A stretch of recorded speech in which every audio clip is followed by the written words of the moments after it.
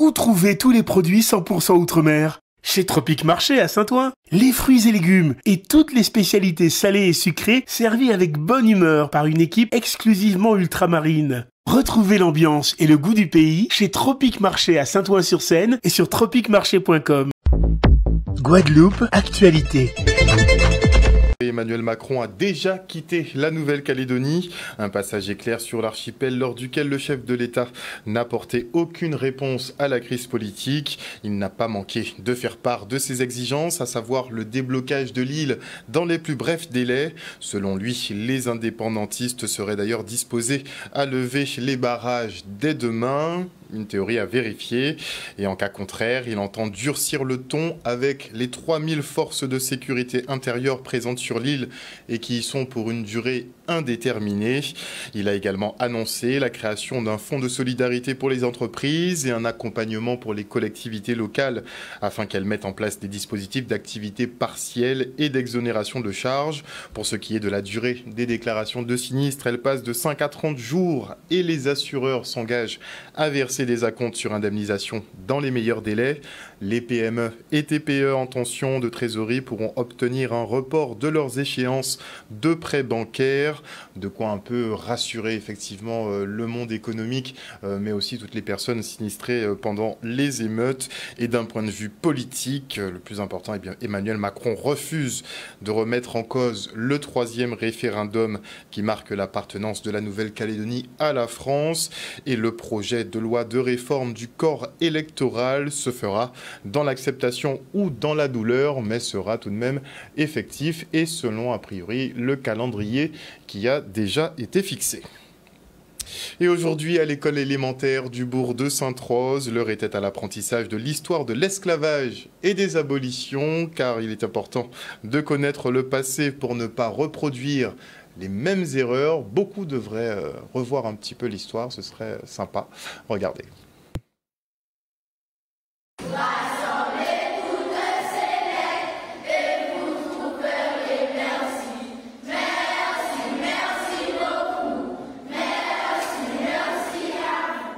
J'ai retenu aujourd'hui que l'esclavage était très grave et que ça n'aurait pas dû se passer. Cette action permet de toucher toutes les écoles, donc tous les élèves de cycle 3, sur le sujet de l'esclavage, surtout de l'abolition de l'esclavage.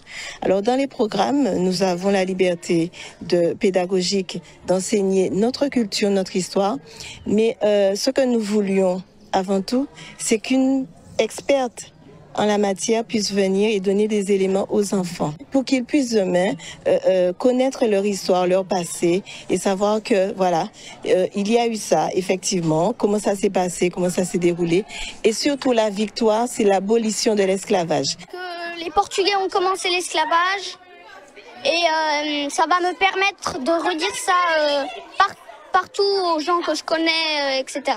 J'enseigne l'histoire de l'esclavage, c'est pour transmettre aux enfants les connaissances que l'on a de l'esclavage aujourd'hui. Et c'est un travail de leur parler aussi, d'écouter ce qu'ils ont, d'écouter leurs questions. Donc ça, on s'adapte en permanence avec le public enfant. Donc c'était très important d'être avec les enfants de Guadeloupe, surtout pour moi. J'ai retenu aujourd'hui que l'esclavage, ça a commencé par les Portugais qui ont fait le trafic et tout. Et aussi que l'esclavage en 2024 maintenant est interdit. C'est que tous les enfants d'un niveau de 9 à 11 ans soient touchés par ce sujet et qu'ils puissent demain se connaître et pouvoir avancer mieux. J'ai retenu que l'esclavage, c'est pas bon pour nos ancêtres, pour nous aussi également.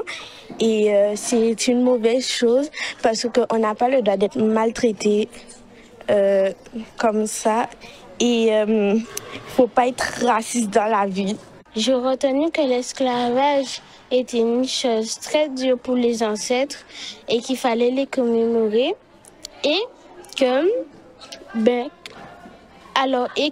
aussi que l'esclavage, c'était une chose très grave et très méchante et que les esclaves n'avaient pas droit à beaucoup de liberté Mais que maintenant c'est fini, donc on sait qu'on risque rien, mais que ça a été quelque chose de très dur pour nos ancêtres. On risque rien. Et notez aussi qu'aucun peuple, effectivement, n'est fait pour vivre sous la domination d'un autre. Et retour maintenant sur deux affaires criminelles qui ont secoué la Guadeloupe. En septembre 2023, Michael Patureau, entrepreneur de 39 ans, était assassiné d'une balle dans le thorax à son domicile. Un crime commandité par son propre fils. En mars 2024, Maria Cabrera, restauratrice de 55 ans, est tuée par balle lors d'un braquage de son établissement à Pointe-à-Pitre. Deux homicides évoqués ce jour par la procureure Caroline Calbo. Regardez. Je vais commencer d'abord par l'affaire de Monsieur Patureau. Donc, c'était dans la nuit du 22 au 23 septembre 2023 vers 23h10 où les secours étaient intervenus pour un individu touché par balle chez lui à son domicile au Gosier, que tout de suite se sont déplacés donc le parquet, le légiste, il y avait évidemment tous les enquêteurs qui étaient présents et la brigade criminelle qui a été saisie donc pour faire les premières constatations. Il ressortait notamment de l'exploitation de la vidéosurveillance que, au moment des faits, donc, on peut voir vers 22h30, cet individu donc au visage dissimulé et ganté qui tournait autour du domicile et on voit bien 3 armes sur cette vidéo. Dès le 24 septembre 2023, donc le fils de la victime, âgé de 16 ans, se présenter au service de police en se désignant donc comme le commanditaire des faits ayant entraîné le décès de son père. Donc tout de suite, il a été placé en garde à vue et donc il a expliqué qu'il était allé voir un jeune homme qu'il connaissait en lui demandant donc de commettre le vol au domicile de son père. Pour les faits qui sont ceux de homicide concomitant à un autre crime et vol avec arme. Donc pour ces faits-là, on a 7 mises en cause, 7 mises en examen qui sont en détention provisoire et un mineur qui est sous contrôle judiciaire avec un placement dans un centre pour mineurs. Et le deuxième, donc, c'était sur le meurtre de Maria Cabrera, concomitant donc avec une tentative d'extorsion avec arme et avec un vol avec arme.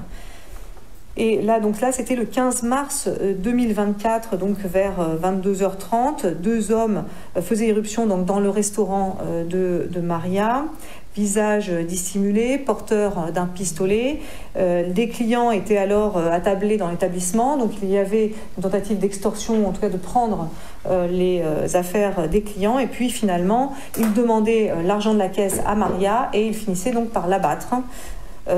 Parce qu'elle a vraiment été abattue d'une balle qui entraînait son décès immédiat malgré la tentative de secours et le premier geste de secours qui était réalisé par une aide-soignante, une passante qui passait à ce moment-là. Le tireur en fait a été interpellé quelques jours plus tard puisqu'il a été lors d'un contrôle par les services de police donc interpellé en pointant son arme sur les policiers donc en flagrance. Il est interpellé et à ce moment-là donc la police technique et scientifique a pu faire un rapprochement entre lui et des traces qui avaient été relevées sur les lieux du meurtre de Maria. Donc ces éléments matériels ont permis d'identifier formellement comme le tireur. C'est un homme âgé de 30 ans donc qui a été écroué dès le 28 mars 2024. Effectivement, cette information n'a pas été délivrée tout de suite parce qu'il était important de pouvoir retrouver son co-auteur complice et donc parce qu'il a reconnu son implication ce soir-là et en tout cas il a reconnu avoir tiré. Voilà ce que je peux dire sur l'affaire Maria qui évidemment l'instruction continue mais je crois que c'était important en tout cas de pouvoir dire qu'il y avait l'auteur du tir et son complice qui avaient été interpellés et qui étaient actuellement donc en détention provisoire. Et notez que la préfecture a acté le prolongement du couvre-feu sur les territoires de Pointe-à-Pitre, hors effectivement centre-centre, et des abîmes. Et donc c'est un renouvellement pour 1 mois, à savoir donc jusqu'au 22 juin prochain. Et le bilan de la saison de croisière 2023-2024 est positif, avec 242 escales, dont 117 sur les installations du port Caraïbes. On assiste à un retour au niveau d'avant le Covid. Une satisfaction pour le CTIG qui souligne l'importance de mener des études afin d'obtenir des données chiffrées qui induisent une meilleure prise de décision. Regardez. Sur le plan des chiffres, on a une saison 2023-2024 qui est de bonne qualité. Nous retrouvons les niveaux de la saison 2018-2019 avant Covid, donc avec 242 escales sur l'ensemble de destinations de Guadeloupe, 117 au sein des installations du Grand Port Maritime de Guadeloupe, 112 à Pointe-à-Pitre et 5 à Basse-Terre. Donc c'est une saison de bonne tenue. Nous avons un bilan positif de cette saison, de nombreux apprentissages, de nombreux défis également et de challenges aujourd'hui qui nous appellent. Et en termes de nombre d'escales, en termes d'excursions, en termes d'expérience à vivre sur le territoire, nous avons un bilan positif et nous travaillons encore à le rendre encore plus positif pour la saison prochaine et les saisons à venir. Sur les points concernant l'accueil portuaire proprement dit, pas de difficultés particulières identifiées. Nous travaillons avec des compagnies clientes et notamment ce qu'on appelle les compagnies basées, c'est-à-dire qui font descendre des passagers et remonter des passagers avec leur bagage. Donc c'est le cas pour MSC et Costa Croisière. On a des bateaux de plus grande taille qui vont arriver, donc nous devons nous préparer dans cette intersaison pour accueillir des bateaux plus gros, c'est-à-dire décharger plus de bagages, recharger plus de bagages et donc améliorer nos installations. Nous avons vu aujourd'hui avec cette conférence qu'il est important d'avoir des données chiffrées, des données précises sur l'activité. Donc c'est vrai que l'objectif aujourd'hui du CTIG est de mener des enquêtes précises sur la typologie des clients que l'on a, le type de demande que l'on peut avoir, le type de nationalité pour vraiment se coller à ses besoins, anticiper ses besoins et donc prouver effectivement qu'on est une destination aujourd'hui qui fait de la veille sur cette industrie de la croisière et qui anticipe les besoins des passagers. Un reportage de Maxime Morel. Et notez en bref qu'Air Antilles ne devrait pas tarder à reprendre du service. C'est la fin du mois qui avait été annoncée. Bon, ce sera un petit peu décalé certainement. En tout cas, depuis sa liquidation et sa reprise par la collectivité de Saint-Martin et EDIS, la compagnie aérienne fait face à des obstacles qui freinent son redémarrage, comme la commande de pièces ou la modification de leur système de réservation. Des aléas, mais le ciel semble s'éclaircir puisque Air Antilles a obtenu aujourd'hui son certificat de transport aérien qui marque donc son engagement à rendre les déplacements dans la région plus accessibles. Ce sera accessibilité en termes de fréquence, offrir aussi, je crois, quelques nouvelles escales et surtout, ce serait bien de jouer sur les prix. Et la Chambre de métiers et d'artisanat de Guadeloupe, elle propose à ses mandants de mieux maîtriser les offres de services de l'URSSAF. Et pour ce faire, elle organisait une rencontre avec tous les pros. Regardez. C'est une image que nous avons initiée il y a quelques temps de ça, il y a déjà plus de 3 mois. Et nous continuons encore à sensibiliser, à mobiliser les équipes de la CGSS, et notamment aujourd'hui sur la Chambre de métiers de l'artisanat, pour être au service de nos mandats, pour pouvoir les accompagner au niveau social. Une condition très bien des difficultés que rencontrent nos artisans sur le territoire. Donc nous voulons être plus proches de nos mandats, c'est pour ça que les équipes de la CGSS sont mobilisées aujourd'hui pour être à nos côtés. C'est dans la politique de la relation avec nos cotisants, de l'amélioration, de l'accompagnement. C'est une politique qui est mise en place depuis un certain moment par notre direction générale. Les allées verts sont réalisés dans toute la CGSS, par toutes les directions, que ce soit la MSA, l'assurance maladie, l'assurance retraite, et nous faisons aussi des opérations mutualisées. Ce matin, on présente les offres de services de l'URSSAF et également les missions de l'URSSAF. Et on fait des focus sur les sites sur lesquels les cotisants peuvent aller faire toutes leurs démarches sans avoir à se déplacer d'ailleurs. Et c'est ce qu'on est en train de leur inculquer en fait, c'est qu'ils peuvent faire tout ce qu'ils veulent en fait comme démarche en restant chez eux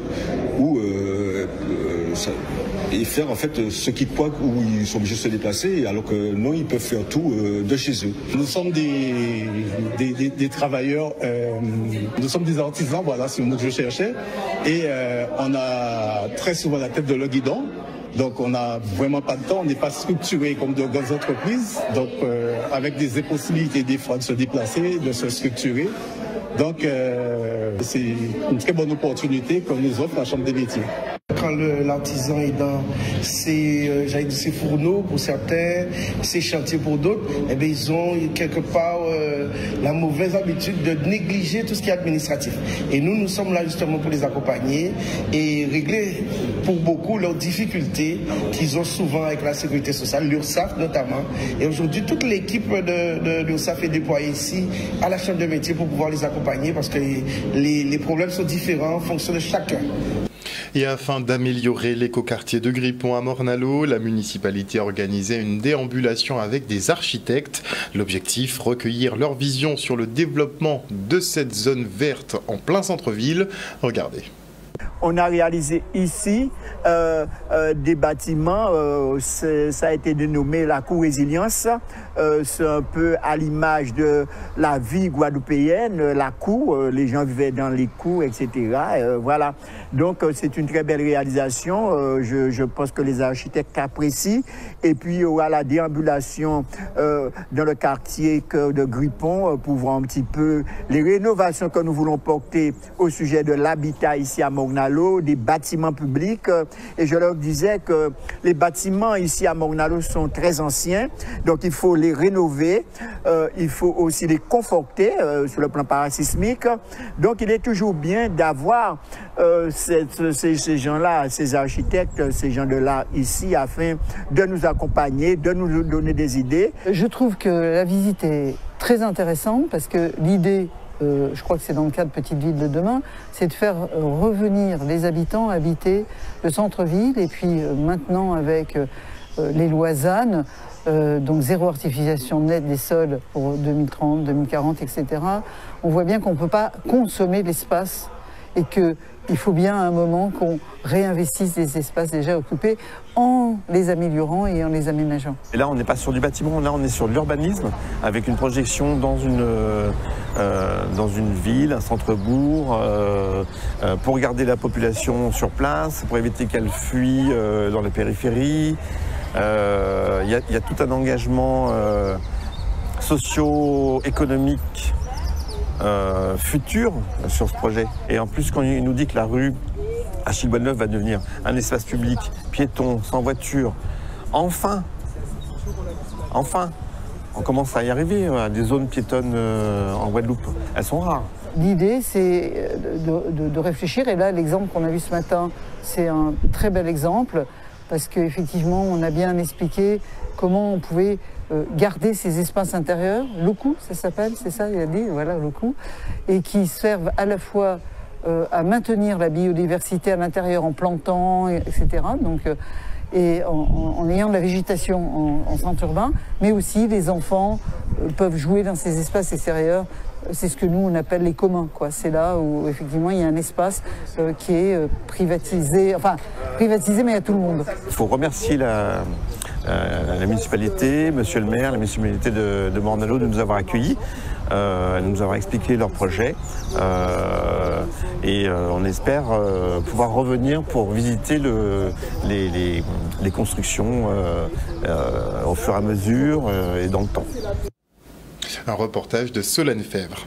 Et on sera à la friche industrielle à Bémao pour la journée internationale de la biodiversité, l'occasion d'intéresser et former les tout-petits sur la nature qui les entoure. Le reportage. Nous sommes à la friche industrielle de la ville de Bémao. C'est un très beau cadre, hein, comme vous pouvez l'apercevoir. Et aujourd'hui, nous sommes ici avec les enfants des écoles de la ville. Dans une journée, nous avons organisé la journée de la biodiversité. Il s'agit d'informer les enfants sur tous les aspects de la biodiversité, de la nature. Et en fait, nous voulons former des futurs ambassadeurs de l'environnement quelque part à travers les ateliers qu'ils vont avoir aujourd'hui. Nous avons fait appel à tous nos partenaires, Conservatoire du Littoral, le Parc, l'ONF, l'Office de l'eau, la MFR.